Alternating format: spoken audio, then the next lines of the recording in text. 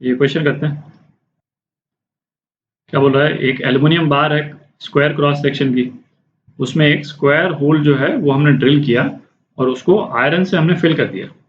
ठीक है, तो ये इसमें बाहर वाली जो बार है वो एल्युमिनियम की है और ये जो पोर्शन है अंदर का ये आयरन है। ठीक है, अच्छा, इलेक्ट्रिकल रेजिस्टिविटी दोनों की दे रखी है। रो एल्युमिनियम ये दे रखा है 2.7 इंटू 10⁻⁸ ओम मीटर और रो आयरन।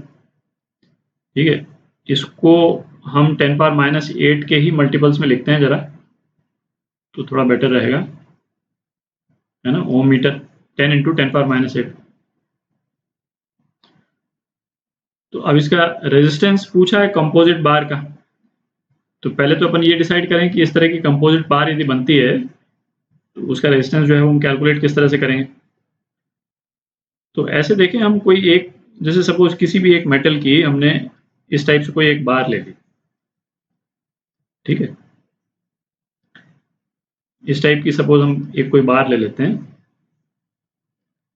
और उसका लेंथ L है और ये एरिया जो है वो A है ना, लेंथ L और रेजिस्टिविटी रो है। तो इसकी रेजिस्टेंस कितनी हो जाएगी, इसकी रेजिस्टेंस हो जाएगी रो L बाय A।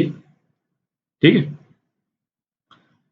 अब सपोज इस बार को हम कट कर देते हैं, मतलब यहां से हमने कट कर दिया, है ना। ये एरिया जो है वो इसको A/3 कर देते हैं और ये जो बचा हुआ एरिया है इसको 2A/3 कर देते हैं और इसको पूरा थ्रू आउट द लेंथ काट देते हैं।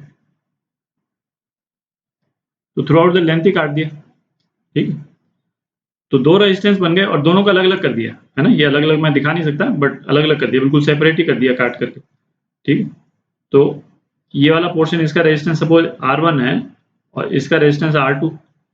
तो R1 R2 कितना हो जाएगा, R1 हो जाएगा रो और L तो सेम ही रहेगा, है ना। यहाँ पे A/3 हो जाएगा एरिया इसका, तो ये R1 हो गया और R2 कितना हो गया, रो L। ठीक है, और ये हो जाएगा 2A/3, तो 2A और 3 इधर। ठीक है, तो अब आप देखें भाई, हमने यदि इनको, इन दोनों रेजिस्टेंसेस को हम फिर वापस दोबारा इस तरह से जोड़ देते हैं जैसे ओरिजिनल में था, तो हमारे पास में यही रेजिस्टेंस आ जाना चाहिए। ठीक है, और इनका इंडिविजुअल रेजिस्टेंस हमको मालूम है, ये इंडिविजुअल रेजिस्टेंस है। तो इन दो रेजिस्टेंसेस को यदि हम पैरेलल में लगाते हैं, है ना, तो हमारे पास में ये रेजिस्टेंस आ जाता है। तो एक तरह से इन दोनों रेजिस्टेंसेस को मतलब ऐसे जोड़ना है, उनको पैरेलल में लगाने के बराबर है। ठीक है, आप इन दोनों को यदि आप पैरेलल इनका निकालेंगे, है ना, इन दोनों को पैरेलल में, तो क्या आ जाएगा, 3 rho L by A into 3 rho L by 2A upon 3 rho L by A plus 3 rho L by 2A। ठीक है, तो और ये कितना हो गया, रो L बाय A ही हो गया, है ना, सेम चीज आ गई, ये चीज आ जाती है। तो बेसिकली रजिस्टर्स को इस तरह से लगाना उनको पैरेलल में लगाने के बराबर है। ठीक, तो अब बेसिकली अपन जो एल्यूमिनियम वाला रजिस्टर है उसका रेजिस्टेंस अलग से निकाल लेते हैं, आयरन वाला रेजिस्टेंस है दोनों को अलग से निकाल लेते हैं और उनको पैरेलल में लगा देते हैं। इनमें से कोई एक ऑप्शन आ जाना चाहिए, करते हैं उसको।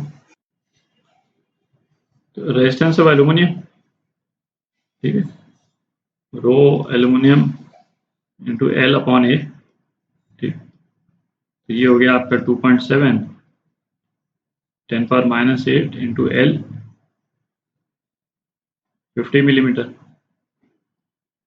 अच्छा, एल्यूमिनियम इसका जो एरिया जो है वो 7 स्क्वायर माइनस 2 स्क्वायर है ना, उसका ध्यान रखिएगा।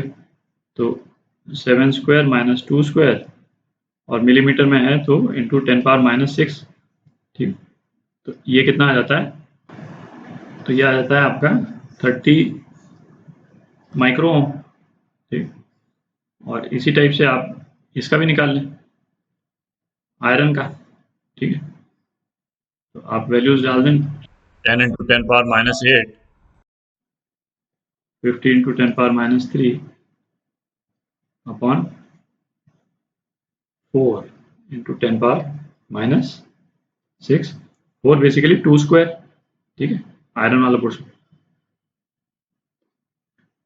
तो ये कितना आ जाता है, ये आ जाता है आपका 5000 अपॉन 4 माइक्रो ओम, ठीक। अब आप इनको पैरेलल में लगा लें, है ना, पैरेलल में लगा करके आप इसको सॉल्व कीजिएगा तो आर इक्विवेलेंट जो है R A L into R F E upon R A L plus R F E, है ना। तो इसको सॉल्व कर लीजिए, तो आर इक्विवेलेंट आपका ये आ जाता है 1875 अपॉन 64 माइक्रो ओम, ठीक है। ये आपका आंसर, सेकेंड पार्ट, है ना, ये करेक्ट।